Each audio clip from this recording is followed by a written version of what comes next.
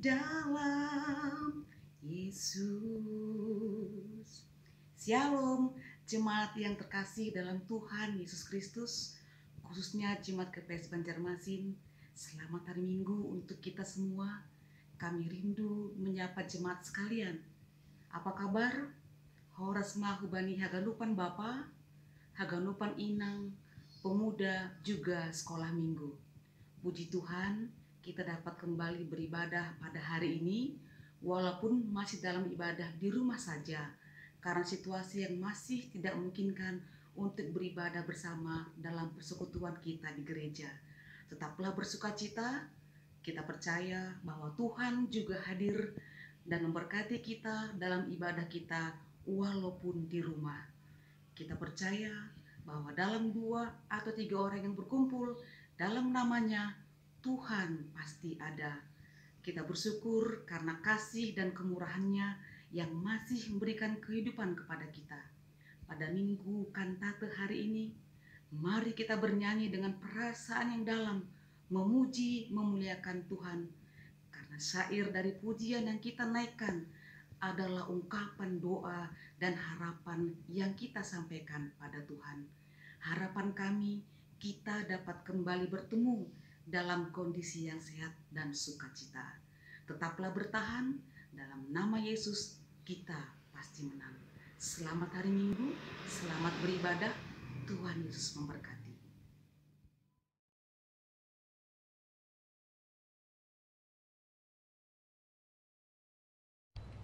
Sebelum kita mendengarkan firman Tuhan, mari kita berdoa.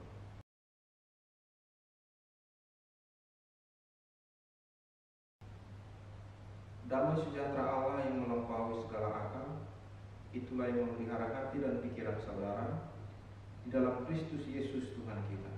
Amin. Shalom dan selamat hari Minggu untuk kita semua. Mari kita buka Alkitab kita masing-masing. Firman Tuhan tertulis di dalam Wahyu pasal 12 ayat 10 sampai ayat 12.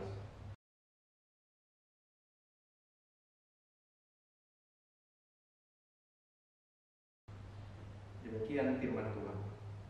Dan aku mendengar suara yang nyaring di sorga berkata, sekarang telah tiba keselamatan dan kuasa dan pemerintahan Allah kita dan kekuasaan Dia yang diurapinya, karena telah dilemparkan ke bawah pendakwa saudara-saudara kita yang mendakwa mereka siang dan malam di hadapan Allah kita.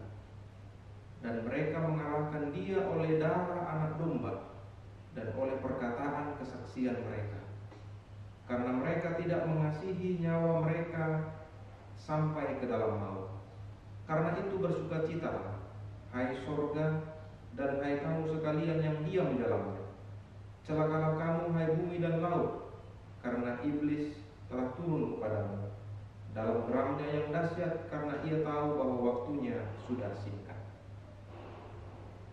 Saudara-saudari yang dikasihi Tuhan, minggu kita disebut dengan Minggu Kantate. Minggu Kantate artinya adalah bernyanyi. Namun berkantate bukan hanya sekedar bernyanyi saja, tapi kantate adalah sebuah ungkapan yang timbul dari hati dan jiwa, yang merupakan nyanyian syukur yang terbentuk di dalam diri kita dan muncul dalam bentuk perilaku, perkataan, sikap hidup sehari-hari. Itulah kantate. Jadi kalau hari ini, hari Minggu ini kita diajak untuk berkantate, artinya adalah kita diajak untuk mengucapkan syukur melalui nyanyian hati, melalui sikap hidup, melalui keseluruhan hidup kita, di mana isi dari ungkapan syukur itu adalah nyanyian atau ungkapan perasaan. Saudaraku yang dikasihi Tuhan, maka oleh karena minggu kita disebut dengan Minggu Kantate, maka ini juga memiliki benang merah atau hubungan dengan teks khotbah kita, yaitu di dalam Wahyu pasal 12 ini. Kita tahu bahwa Wahyu pasal 12 ini ditulis oleh Yohanes di Pulau Patmos ketika dia mendapatkan penglihatan. Saudaraku, pada zaman Yohanes, jemaat mengalami penderitaan. Jemaat mengalami banyak masalah yang timbul dari eksternal, yang timbul dari orang-orang di sekitar mereka yang menyiksa, membuat mereka hidup dalam penderitaan. Oleh karena itu, sifat ataupun tujuan secara khusus penulisan atau wahyu ini adalah bagaimana untuk mengangkat semangat hidup orang-orang percaya melalui kesaksian di mana Allah akan menghukum orang-orang yang suka menyiksa orang-orang yang percaya kepada Tuhan. Disebutkan bahwa iblis telah dikalahkan. Disebutkan bahwa ada suara yang nyaring dari sorga. Disebutkan bahwa mereka dikalahkan oleh darah anak domba. Itu artinya kemenangan menjadi milik orang-orang yang menderita karena mempertahankan imannya. Mengapa kita harus mempertahankan iman, saudara? Ini pertanyaan yang penting bagi sejarah kehidupan orang percaya. Karena iman adalah sesuatu yang kita pertahankan oleh sebab banyak sekali tantangan yang akan kita hadapi. Ya, itu akan menentukan apakah iman kita tahan uji atau kita justru mengalami kelunturan iman. Oleh karena itu, diperlukan satu sikap hidup orang percaya, yaitu kalau disebut dalam kitab Wahyu ini, merupakan kata kunci kitab Wahyu ini adalah upomone, yang artinya adalah ketabahan. Namun di balik arti ketabahan ini tersimpan sebuah spirit hidup, bahwa tidak hanya sekedar sabar, tidak hanya sekedar tabah, tapi bertahan untuk bertahan. Artinya kita harus bertahan untuk penderitaan yang masih sangat panjang, yang belum tuntas di depan kita. Mengapa ini menjadi sangat penting disampaikan oleh kitab Wahyu? Karena ujian bagi orang iman, orang percaya, ujian bagi orang yang beriman kepada Tuhan adalah ketika dia mampu tabah, dia mampu menghadapi, tidak membelakangi masalah, tidak lari dari masalah, tidak melarikan diri dari berbagai hidup yang justru mungkin mengarahkan kita pada ketahanan. Ada beberapa hal yang bisa kita perhatikan yang disampaikan oleh Yohanes dalam rangka kantate atau nyanyian kemenangan yang disebutkan di dalam pasal 12 ini. Yang pertama adalah bahwa keselamatan dari Allah sudah terwujud. Nyanyian nyaring dari sorga, keselamatan dan pemerintahan Allah. Bahkan dikatakan di sini pendakwa saudara-saudara kita, itu orang-orang yang menyiksa orang Kristen tadi, akan didakwa, akan dihakimi, dan mereka dikalahkan oleh darah. Artinya keselamatan melalui Yesus Kristus telah kita terima sebagai orang-orang yang sudah diselamatkan. Dan sebagai orang-orang yang sudah diselamatkan, maka kita dimateraikan menjadi wujud yang baru, yaitu orang-orang yang selamat, orang-orang yang memperoleh keselamatan. Dan tugas orang-orang yang memperoleh keselamatan adalah ketika dia mengabarkan keselamatan itu. Katakan di sini bahwa orang-orang yang sudah mendapatkan keselamatan itu akan mempersaksikan imannya, akan menunjukkan kepada orang banyak bahwa ternyata bersama dengan Tuhan kita akan hidup di dalam kemenangan. Jadi kita jangan takut Bapak Ibu. Mungkin awalnya kita takut, kita cemas, itu hal yang wajar, tetapi memperhatikan apa yang disampaikan oleh kitab Wahyu ini, maka kita punya sebuah jaminan, kita punya sebuah spirit, yaitu bahwa kemenangan akan menjadi milik orang yang tabah. Kemenangan akan menjadi milik orang yang bertahan dalam ujian iman.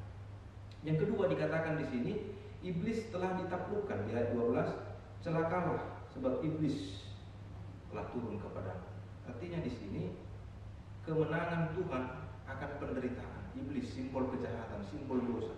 Kemenangan Tuhan diibaratkan bagaimana orang-orang yang mempercayakan dirinya pada kuasa dunia, orang-orang yang justru menganiaya saudara-saudaranya akan dikalahkan. artinya akan berubah 180 derajat, bahwa kebahagiaan sukacita akan menjadi milik orang-orang yang setia, orang-orang yang terus bersandar pada Tuhan. Yang terakhir, bahwa kita diberi kekuatan melawan penderitaan. Dan ini menjadi topik yang sangat penting dalam bulan-bulan terakhir ini menghadapi virus corona. Kita diberi kekuatan, kita diberi daya tahan tubuh, imun yang tinggi. Kita harus percaya bahwa ketika kita mengkonsumsi makanan-makanan yang bervitamin, kita mengkonsumsi sayur-sayuran, makan makanan yang semuanya itu kita harapkan menambah daya tahan tubuh kita, maka secara fisik kita mengalami daya tahan tubuh yang stabil atau kita mengalami ketahanan tubuh. Tetapi perlu juga kita perhatikan bagaimana dengan kesehatan mental kita, bagaimana dengan kesehatan jiwa kita. Apakah ketika badan kita kuat, tegar, tapi jiwa kita lemah, kita suka menyerah, kita suka emosi, atau kita suka melakukan hal-hal yang di luar dari pikiran sehat kita. Maka tidak hanya ketahanan tubuh saja, tetapi juga ketahanan mental kita, ketahanan jiwa kita. Maka kalau kita mengartikan bahwa kita diberi kekuatan, juga adalah pikiran, juga adalah kesehatan mental, juga adalah ketahanan tubuh kita. Dan percaya saudara-saudaraku bahwa kita diberi kekuatan. Hanya saja sekarang banyak orang yang mungkin sudah mulai lelah, sudah mulai merasa bosan, sudah mulai merasa gerah, sudah ingin bebas kemana-mana. Ya memang seperti itulah bagaimana kita diuji oleh berbagai masalah yang kita hadapi akhir-akhir ini.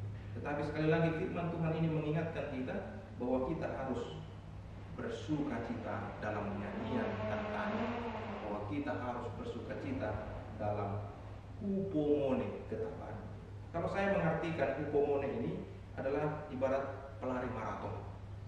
Kita tahu ada pelari sprint yang begitu cepat lari 100 meter, siapa yang paling cepat maka dia akan menang. Maka pelari sprint akan mengusahakan lari sekencang-kencangnya sampai akhir mendapatkan finish. Tapi kalau pelari maraton ini sedikit berbeda. Pelari maraton ini memang cenderung agak lambat, tapi dia konstan, stabil. Dan perlahan-lahan dia sudah mencari beberapa kilometer, dan dia harus menjaga ketahanan nafasnya sehingga dia enggan, dia tidak mau berhenti berlari sampai ke garis finish. Kira-kira begitulah gambaran hidup kita, seperti pelari maraton yang mungkin pelan-pelan kita bangkit dari keterpurukan, kita mungkin tersengal-sengal, tapi kita tidak rela untuk menyerah. Kita tidak rela kalau kita tidak sampai menginjak garis finish. Mungkin kita sudah banyak membaca, mendengar berita baik dari media sosial, media televisi dan sebagainya, bahwa banyak orang yang memprediksi, bahkan pemerintah kita, maka akan berakhir corona ini di akhir Juni, September, Oktober dan seterusnya. Itu artinya garis finish di depan kita masih sangat panjang. Pertanyaan bagi kita Bapak Ibu, apakah kita akan berhenti atau kita akan terus, kita nggak rela berhenti sampai kita menginjakkan di garis finish, di mana corona akan bersih, di mana hidup kita akan kembali bebas sedia kala, di mana kehidupan kita akan kembali kita tata sebaik mungkin. Saudaraku, percayalah bahwa berkantate, bahwa kita bernyanyi kemenangan harus dimulai dari keinginan diri kita, menerima diri kita bahwa kita adalah orang-orang yang memang harus diuji, dan dari ujian itulah kita memperoleh ketabahan. Ketabahan itulah yang menjadi senjata kita, yang menjadi alat kita untuk menghadapi berbagai cobaan. Dan bagaimana setiap orang dari sepanjang sejarah bertahan menghadapi gelombang masalah hidupnya, demikianlah kita juga belajar meneladani orang-orang yang selalu saja mengandalkan Tuhan, selalu saja bersandar pada pertolongan Tuhan. Sebab Tuhan tidak akan meninggalkan orang-orang yang terus bersandar padanya.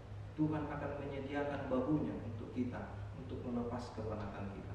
Tuhan akan memberikan kekuatannya kepada kita bagi orang-orang yang sudah lemah secara fisik. Tuhan akan memberikan kepada kita semangat yang baru ketika kita sudah mulai putus asa. Asalkan kita terus saja bersandar, terus saja bersyukur, baik melalui nyanyian-nyanyian rohani, juga termasuk bagaimana ungkapan-ungkapan syukur kita di dalam kehidupan kita sehari-hari. Amin. Kita berdoa.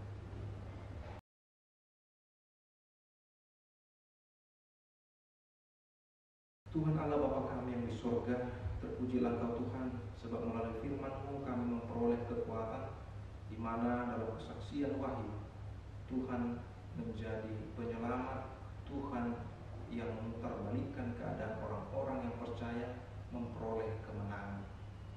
Itulah yang kami harapkan sekarang ini Tuhan, bagaimana kami tiba pada garis finish, di mana kami akan menyelesaikan pertandingan iman kami diuji untuk tetap tabah. Berikanlah kami kekuatan ya Tuhan, sebab kami percaya bahwa Tuhan telah menolong kami sejak lama, dan Tuhan tidak pernah meninggalkan kami bahkan sedetik. Berkati setiap jemaat Tuhan, terutama anak-anak jemaat GKPS Banjarmasin yang pada tahun ini mereka seharusnya akan menghadapi ujian nasional, tapi oleh karena virus ini Tuhan, mereka kemudian diluluskan dengan berbagai syarat. Itu juga Tuhan menjadi kendala, menjadi perhatian bagi orang tua, terutama anak-anak kami, bagaimana masa depan mereka. Berikanlah Tuhan kekuatan, penghiburan bagi setiap anak-anak kami yang akan menyongsong masa depan mereka di tengah-tengah gelombang penderitaan, gelombang masalah oleh karena virus corona. Seluruh orang tua berkati Tuhan dengan kekuatan, keharmonisan, kedamaian. Biarlah kami semua memetik hal-hal positif meskipun di tengah-tengah kondisi yang membatasi pergerakan kami, yang membuat kami mungkin sudah bosan, yang membuat kami sudah kecewa, dan membuat kami menjadi orang-orang yang menderita. Untuk itu Tuhan, kami serahkan kehidupan kami. Juga bagaimana setiap usaha pemerintah kami, para medis, semua orang-orang yang berusaha berjuang di garda terdepan agar selesai sudah Tuhan virus corona ini di kemudian hari yang kami harapkan kami bisa bebas bersih. Untuk itu Tuhan berkati kami. Terima kasih Tuhan, ampuni kami akan dosa-dosa kami, agar kami tetap berkenan